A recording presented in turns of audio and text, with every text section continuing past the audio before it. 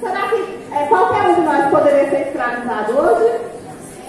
Sim, a depender das circunstâncias, sim. Infelizmente, pode acontecer questões de guerra, questões diversas.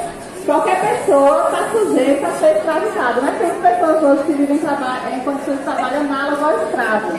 Então, ser escravo não é uma condição que você tem que carregar para o resto da vida, que necessariamente é sua. Qualquer pessoa, ela pode ser escravizada. Então, você não é necessariamente um escravo. Você é uma pessoa que está passando por aquela condição de ser assujeitado naquele tempo. E você pode deixar de ser escravizado também em algum momento. Foi o que aconteceu com várias pessoas nos nossos pontos. Qual é a próxima pergunta? Como você explora as experiências dos africanos trazidos para o Brasil como escravos? Como eu o quê? Como escravo. A experiência dos africanos trazidos para o Brasil para escravo. Como você explora dentro do... Ah, sim. Todo mundo sabe que foi uma experiência. Imagina aí, vocês estão aqui com suas famílias, aí de repente acontece alguma coisa, alguém rouba vocês e leva vocês para trabalhar forçado lá do outro lado do mundo. Então é uma coisa que é sofrimento, né? É exploração, é injustiça, e a partir dessa ideia, né, desse acontecimento, muitos morreram na estrada, muitos se mataram porque preferiram se matar a ser escravizados. E é a partir dessa experiência deles mesmos que eu vejo essa situação, que muitos se revoltaram, conseguiram alcançar a liberdade, mas é uma situação bem complexa. Como você desenvolveu os personagens considerando o contexto histórico?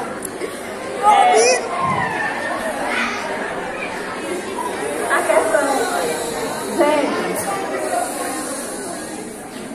como é que eu pude inserir o contexto histórico? Porque eu sou uma pesquisadora da história da região.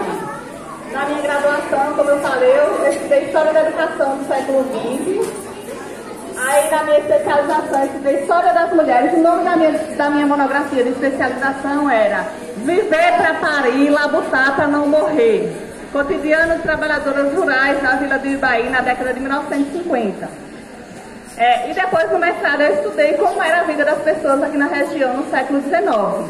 Então, eu já tinha um conhecimento profundo por conta dessas pesquisas históricas, pelo fato de eu ser historiadora, e aí eu joguei na literatura esse conhecimento histórico.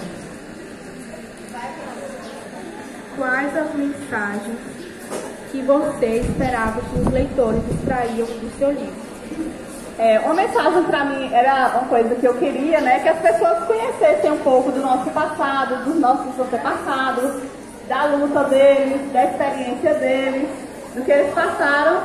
E uma coisa que me deixa muito feliz é que o livro, mesmo depois de tantos anos de publicado, né, que foi publicado em 2014, ele está sendo muito lido, principalmente por um público que eu acho muito interessante, que são vocês, que são pessoas em formação.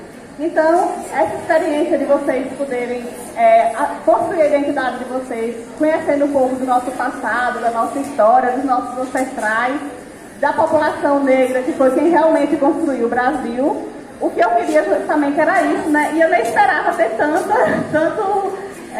divulgação e tanto acesso como tem tido nesses anos todos.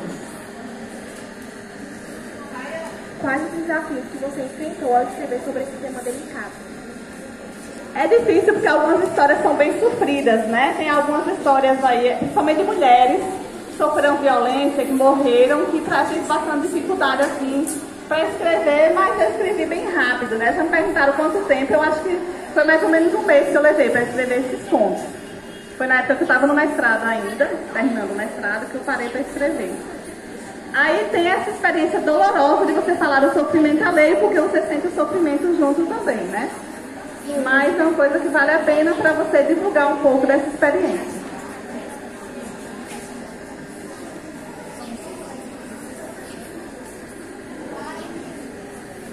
Como você equilibrou a narrativa entre a história e o desenvolvimento do leitor?